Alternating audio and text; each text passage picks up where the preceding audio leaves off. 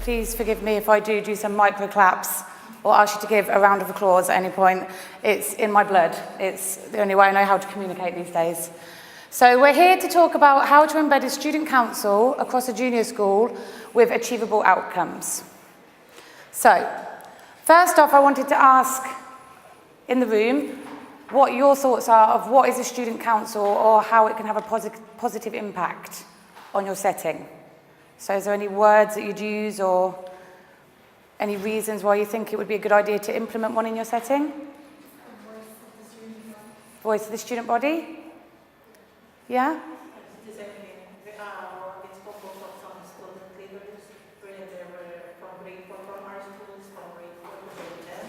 But this year we also have a student council for the senior high school. Okay. So I represent just the junior school version of it at ours. But yeah, there's so many reasons that the children will benefit from having a student council. An opportunity to get creative, to have an idea and see it through to completion, the responsibility, leadership, an introduction to politics, and a chance to build on their empathy and compassion through the eco, well-being and charity parts of the student council. So, why do students want to join? I interviewed a few of my student council members to ask them why they wanted to join and be a part of the student council.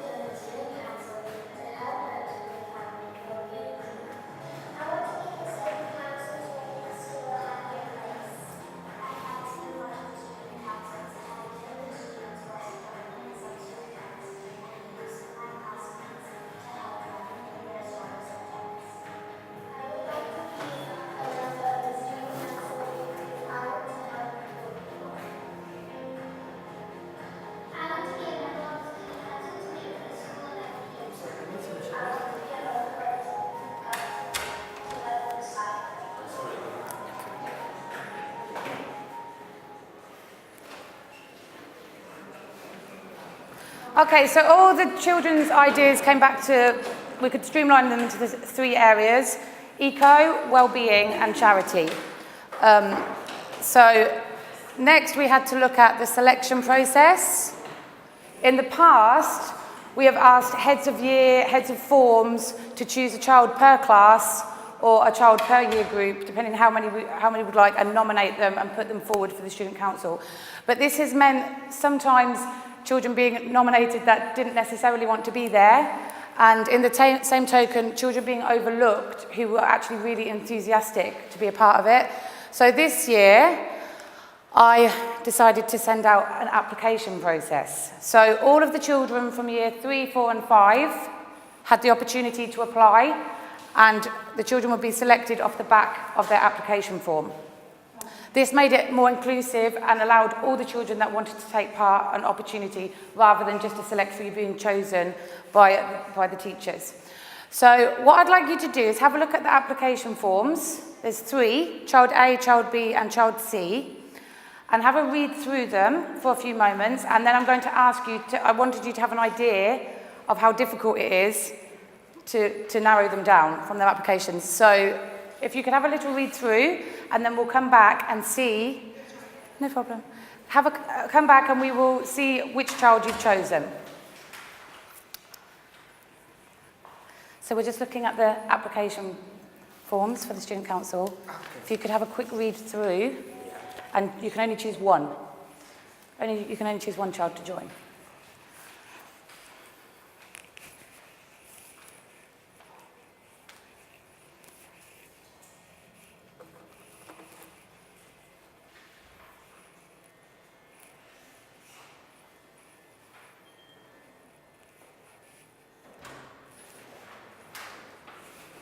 Assalamu alaikum.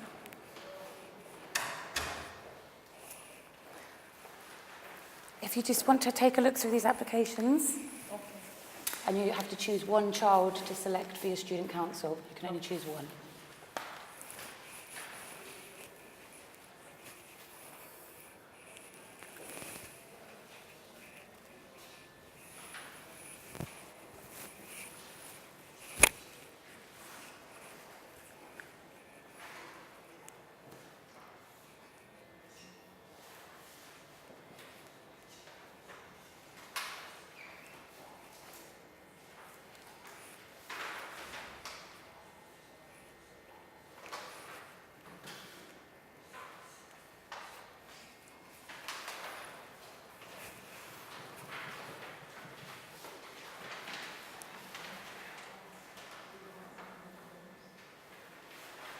If you've made your decision, can you just tickle the top of your head for me? Sorry? If you've made your decision and you've chosen your child, can you just tickle the top of your head so I can see that you're ready? Sorry, I'm a nursery teacher. It's okay? So, if I can, oh, sorry, I've just gone through to the...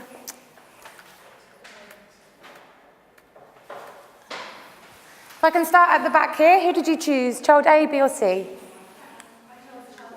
Child B. And over here? Child B? For me, A. And you, sir? B. Nobody chose child C. That was put in there to show you that sometimes the children do make the choice quite easy for you because they don't put the effort into filling in the application. But child A and child B are there to show you that actually I found it a really hard decision to make.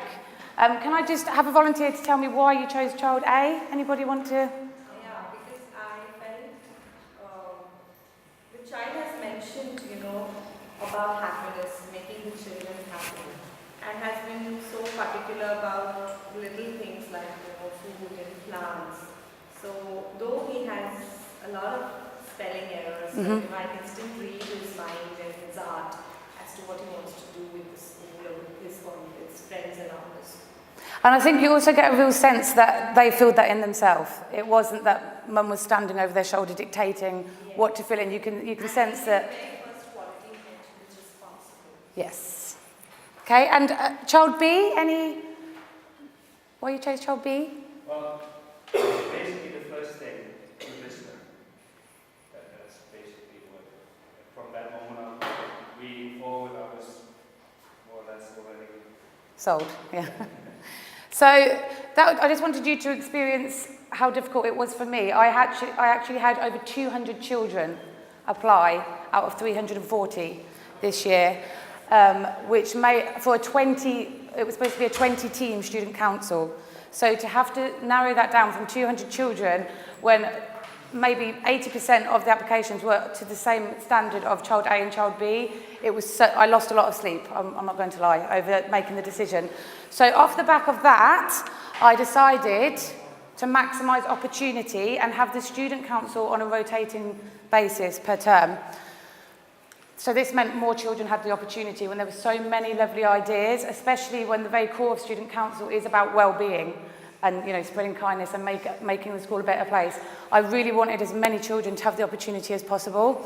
So 3 from year 3, this is just because they are the younger ones and they do need a lot of guidance. So 3 from year 3, 5 from year 4 and 5, and then year 6, I have the core 6 that stay throughout the year just to lead the younger ones and maintain a bit of consistency, and a president for the year as a special responsibility.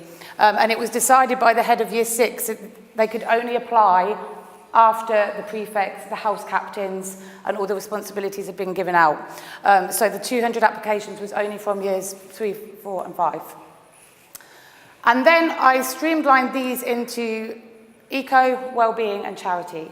So I used their applications, see where their interests were lying, and split them into these teams. So all of the student council will be responsible for helping with all of the teams, but sometimes you have a super busy week, you've only got an hour over lunch to get your meeting done, it sometimes is easier. Okay, eco, off you go to the computer lab, and design me a poster on how we're going to spread the word on this. I need the wellbeing team to go out into the playground and do this job. So even though they all share the responsibility and have part in all of the strands, they've been separated into their teams based on their interest. I also hope that by doing it on a termly basis, we'd maintain the momentum and the enthusiasm, because as we know, sometimes projects can go off with a bang, and then the enthusiasm peters out. So by doing it on a termly basis, I'm hoping to keep them as enthusiastic as possible. So, the eco team. The heart of the eco team, we're trying to focus on the consumption of plastic bottles. It's said that by 2050, if we don't make a drastic change, there will be more plastic bottles in the ocean than fish, which is just an awful statistic. I'm sure you'll all agree. So we've decided that for the eco team, plastic bottles and recycling them will be at the heart of all that we do. So just for a little bit of audience interaction, you should find a little camel, coloured camel near you, with your bits and bobs. Okay, so I have 3 percentages for you. 6, 23, or 50. I would like you to raise your camel when I say the percentage that you think represents the amount of camels that are dying in the UAE per year from ingesting plastic bottles or plastic. Okay, so if you think it's 6%, please raise your camel. If you think it's 23%, and 50. Okay, so if you've answered 50, that was fantastic. That is the right answer. What is not fantastic, that is an actual statistic. So we are trying to get the eco team to spread as much awareness on this as possible, not only through assemblies and posters, but through something more hands-on and visual. So in the application forms, a lot of the children, not just child A, did mention growing their own vegetable patch at school. So after a bit of research, they decided they would like to make this hanging garden. So they're busy now potting plants in plastic bottles that have been brought in and recycled by their peers. And their hope is to grow some herbs and maybe some vegetables, if they're good at farming, and donate it to the kitchen so we can have a more eco-friendly approach to the canteen. And if they're really hopeful that they'll do super well with this, and we can maybe sell some of the herbs in bundles to the parents. So we'll just have to see how they go with that. But this is their idea, and already the term 2, we are already looking at using plastic bottles to build a greenhouse on site in the school. If you Google it, it's an amazing initiative that they're doing all over the UK. A little bit of timber, some bamboo, and you can build an actual greenhouse from plastic bottles. So that will be our term 2 initiative as well. So that's what the eco team will be focusing on. Next, wellbeing team. So in the applications, over and over again, it was coming in the importance of stamping out bullying and trying to tackle the problem of bullying.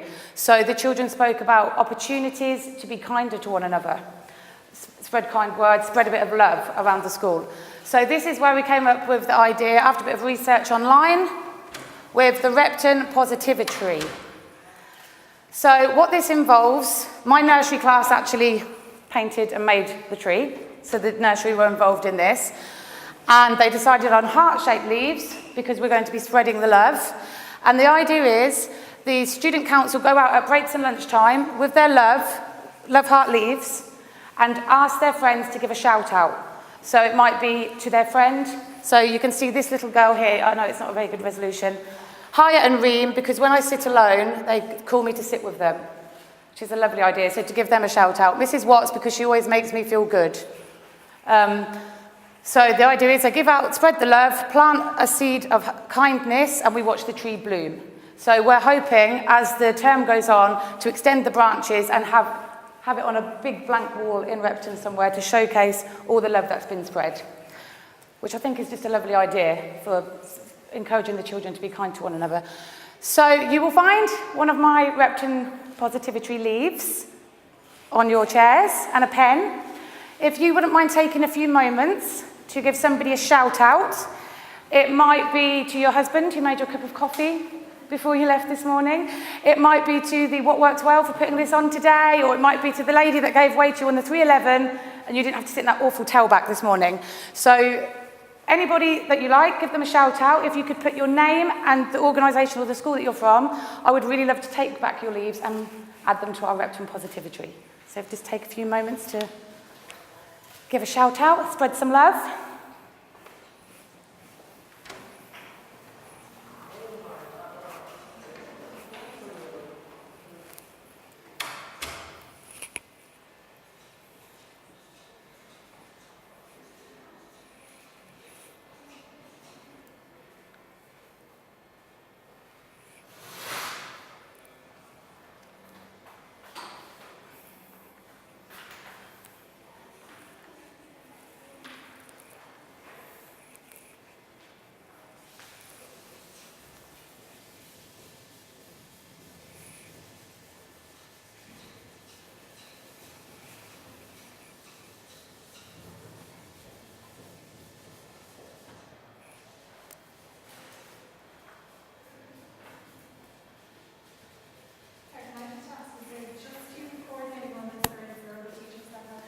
It's just me with 20 children, yes.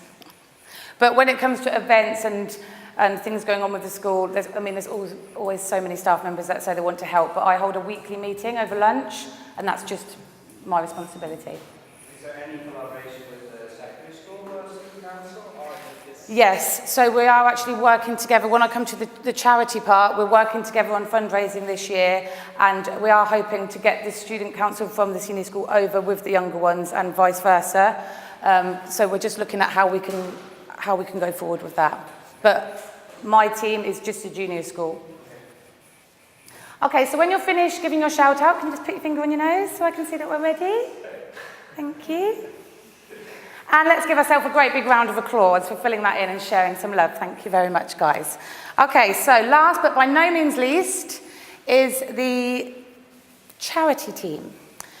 So every year we do fundraising for Dubai Cares, or the Al Jalila for the breast cancer awareness. The student council will make ribbons, or we even do things in-house where we throw parties for the cleaners, for example, which is always a huge success.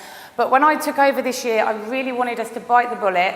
We have nearly 1,800 children on campus, so that's a lot of potential for fundraising. And I thought, what more amazing initiative than to join up with Dubai Cares to build our own school. So we've pledged and signed on the dotted line with Dubai Cares that we will raise 142,000 dirhams by November 2019. And this will adopt a school in Senegal. It will build a 2-classroom school and sustain it for 3 years before the government then takes responsibility.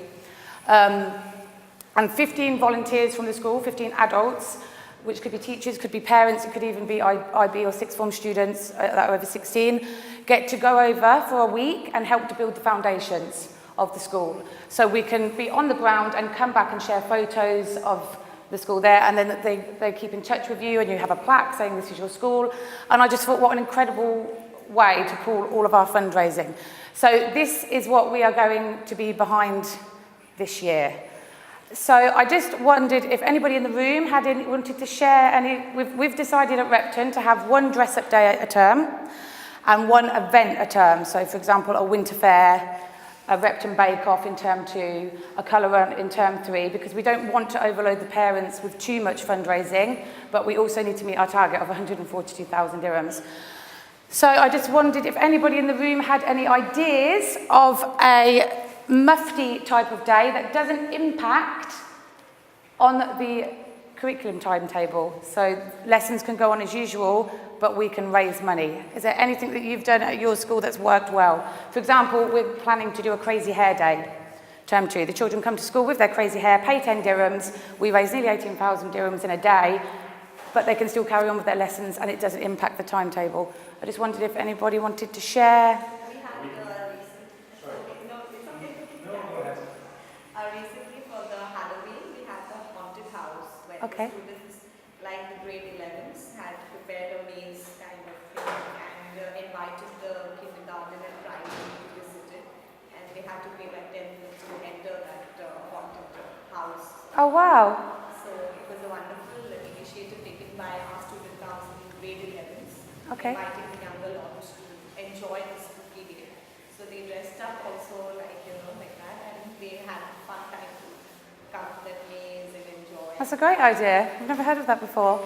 Might steal that for next Spooky Day. Thank you. Anybody else? Two things, crazy hair and crazy sock hair. Yes, the student council have also asked to do that, yeah. Nice one. And the other one I like, it's not about as much about fundraising in the sense of money, but we had students in the school, the student council, having a look around for the, all the places where the cleaning staff normally, takes their breaks and stuff like that. And they actually looked a little bit, they didn't look busy. So what they set up was asking for very specific things that could be put in their rooms, a couch, a coffee maker, that kind of stuff. And what I liked about it was very much connected within the community of the school. A lot of students an idea that this staff belongs to the school as well. You take them for granted, etc. Definitely. And show some appreciation to all the hard work they put in for us actually. So Yeah. I like that one as well. It's not about charity, but it's very We do that as well. We have an end of term party, and the children bring in gifts and raffle prizes, and we order pizzas for them, and the canteen brings food over, and the children maybe sing, the choir will come and sing, and they absolutely love it. The cleaners absolutely love the recognition and just us showing our appreciation. Yeah, definitely. Any others? Anything else anyone want to share on that? Okie dokie. So, 142,000 dirhams is a lot of money to raise, especially when you've signed and it's all, the process is in place now. We've said that we'll do it, we have to do it. So how do you raise initiative for when you need so much support from your school community and your local community? The student council decided everything nowadays is on your phone or on the internet. So they said they wanted to hit Facebook, the school Instagram, Twitter, and they wanted to produce a short video so that got to the point, got the message across, but also it wasn't too long so people were switching off halfway through. So this is a short video that they came up with to roll out our campaign of supporting how to adopt a school with Dubai Cares.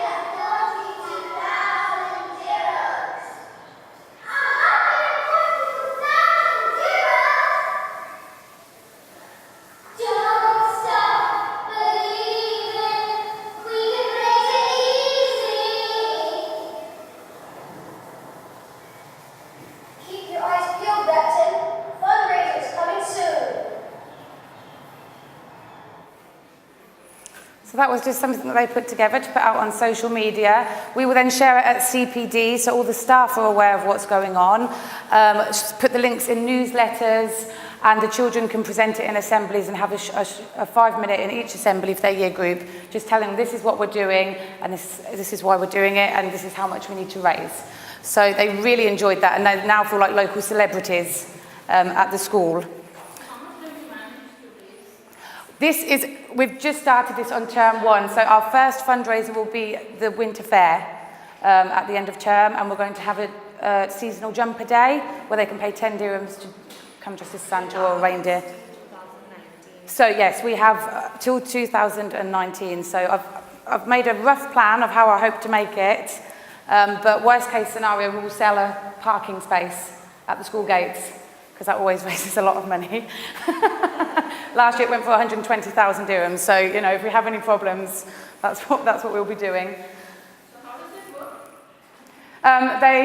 They have a silent auction and bid on a car parking space at the main gate of the school, and then they just have or sometimes it's not a silent one, sometimes it's an all-out auction at our ball at the end of year, and then for the next academic year, that is their space with a special sign, don't park here, because I don't know about your settings, but our parking is a bit crazy to say the least, so they pay for the parking spot for the year. Yeah. It really raises a lot of money. Well, since, because as I know now, before we had this project in this school, I came from the Philippine School Party. It's been our practice to have this in the student council. We have this one group of outreach program. We have the outreach program where students are bringing these kind of items, and then we put it in the box, and then we bring it back to the Philippines for those areas where they cannot afford to buy school supplies. But last year we stopped it because of the HTA. There's so much red tape nowadays. We're not allowed to have this kind of fundraising. Yes. There will be a certain, all fundraising should go through the Red Crescent. Yes. So we stopped everything that we're doing now because of that. So we, instead of doing it in the school, because we don't want to pay 150,000 dirhams for the fine. Yes. It's stated in the HTA. So what we are doing now is we connect with what's this? Ayaka. Okay. That is our dilemma. That's why we stop. That's why it was so important for me to research and find something through Dubai Cares or Al Jalila, so that everything was legitimate and above board and had a license, because there are so many laws here. So that's why I did my research and found this one for Dubai Cares. Also have Dubai Cares also. This is, yeah, through Dubai Cares, yes. So, as well, you have to take into consideration that you have taking on the children's ideas and celebrating their ideas, but also letting them down gently sometimes if it doesn't necessarily work, or steering them in the right direction. So, for example, I had a little Anish last week from year 3, and I was asking for some input and ideas. Hello. Some input and some ideas on some well-being initiatives that we could roll out. And his enthusiastic idea was, oh, Miss Ty, we could have an ice cream day. I was like, okay, excellent. What does that involve? The children come to school and eat ice cream all day long. Right, Anish, lovely. Yeah, let's give him a firework. Whoosh, lovely idea. But, you know, is it achievable? Is it sustainable? Are your mums and dads going to be happy if you come to school for the day and eat ice cream? No, but what could we do instead? Maybe we could have an ice cream stall on the last day of term. Maybe we could invite the ice cream van, Desert Chill, into our winter fair so the children can buy an ice cream and see if we can maybe get a percentage towards our fundraising. So it's just not squashing their ideas, but trying to celebrate or pull something from it and just steer them in the right direction.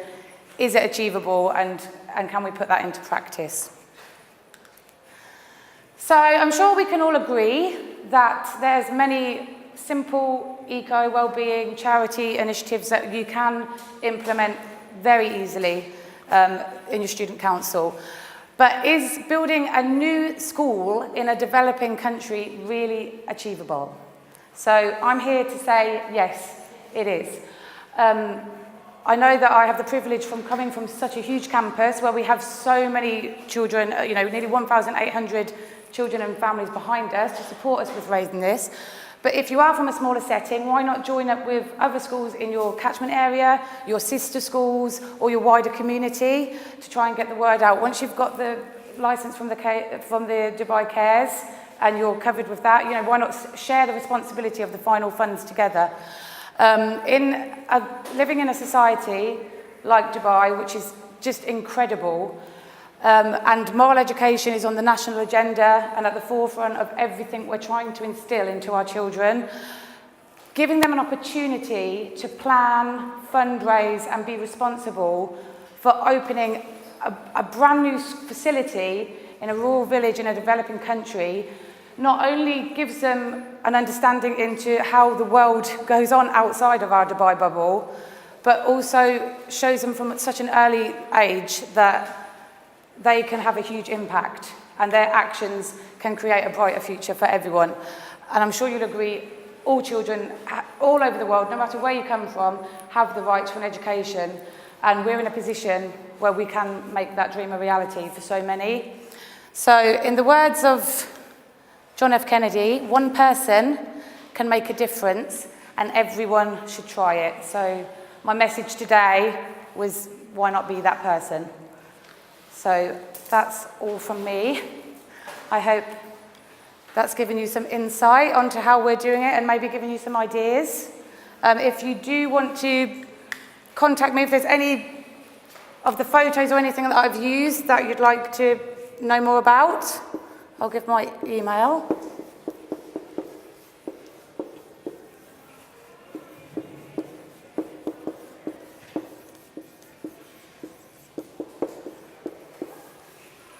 Just in case, share good practice. And I've been asked by What Works Well to ask you to just sign in and give a short feedback on this session. Thank you very much. Thank you.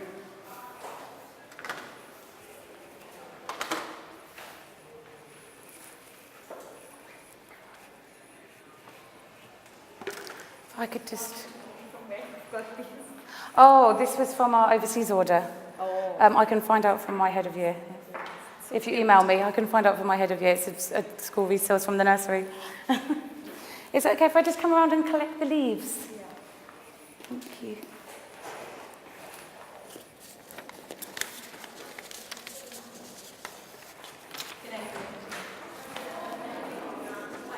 Thank you so much. Thank you. No, I didn't have this. Oh, these are some examples of application forms Okay. for the Student Council. Any more leaves that I can collect in? Thank you so much. Thank you. Thank you very much. Thank you so much. Salamat po. Thank you. Thank you for coming.